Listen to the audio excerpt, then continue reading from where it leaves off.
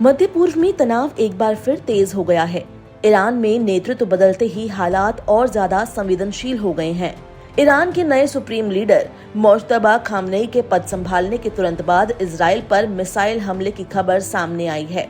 इस घटनाक्रम ने पूरी दुनिया का ध्यान अपनी ओर खींच लिया है, क्योंकि ये कदम ऐसे समय में उठाया गया है जब क्षेत्र पहले से ही राजनीतिक और सैन्य तनाव से गुजर रहा है।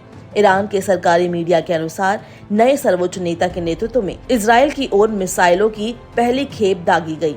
बताया जा रहा है कि ये हमला उन इलाकों को निशाना बनाकर किया गया जिन्हें ईरान लंबे समय से विवादित मानता रहा। ईरान के सरकारी प्रसारण नेटवर्क ने दावा किया कि ये कार्रवाई नए नेतृत्व की रणनीतिक दिशा को दर्शाती है। बता दें कि ईरान के नए सुप्रीम लीडर मोज्तबा खामनेई का जन्म 8 सितंबर 1969 को ईरान के उत्तर पूर्वी शहर मशहद में हुआ था। मशहद को देश का एक महत्वपूर्ण धार्मिक केंद्र माना जाता है। ये पूर्व supreme leader Ayatollah Ali Khamenei के बेटे हैं और लंबे समय से ईरान की धार्मिक और राजनीतिक व्यवस्था में प्रभावशाली माने जाते रहे हैं। हालांकि सार्वजनिक कार्यक्रमों और मीडिया में उनकी मौजूदगी बहुत कम रही है। इसी वजह से कई सालों तक उनके असली प्रभाव को लेकर तरह तरह की चर्चाएं होती रही। विशेषज्ञों का मानना है कि भले ही वो पर्दे के पीछे रहते थे, लेकिन ईरान की सत्ता संरचना में उनका प्रभाव धीरे धीरे बढ़ता गया।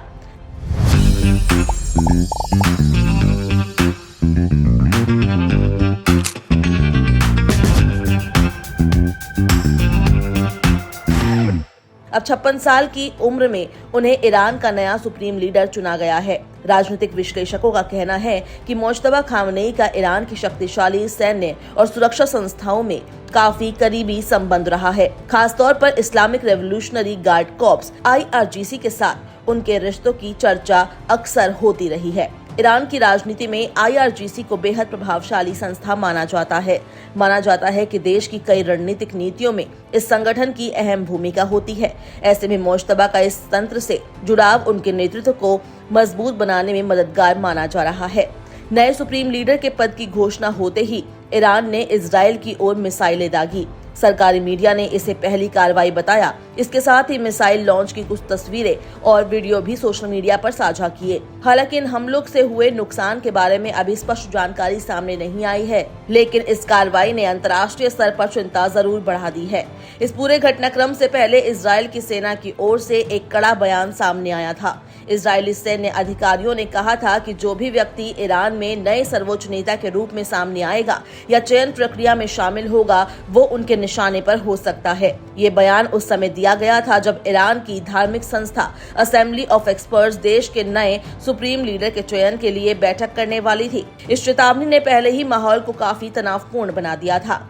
ईरान के पूर्व सुप्रीम लीडर की मौत के बाद देश में कुछ समय तक नेतृत्व को लेकर अनिश्चितता बनी रही। बताया जाता है कि लगभग एक हफ्ते तक नया नेता तय नहीं हो पाया था। इस दौरान देश का संचालन एक 3 सदस्यीय समिति के हाथों में था। इस देरी के कारण ईरान के कुछ वर्गों में असंतोष भी देखने को मिला। कई लोगों का मानना था कि युद्ध जैसे हालात में देश के पास स्पष्ट नेतृत्व होना जरूरी है, ताकि सेना और जनता का मनोबल बना रहे। अब मोज्तबा खामनेई के नेतृत्व संभालने के बाद दुनिया की नजर इस बात पर टिकी है कि ईरान आने वाले समय में किस दिशा में कदम बढ़ाता है। मध्य पूर्व की राजनीति में ये बदलाव आने वाले दिनों में बड़े प्रभाव डाल सकता है।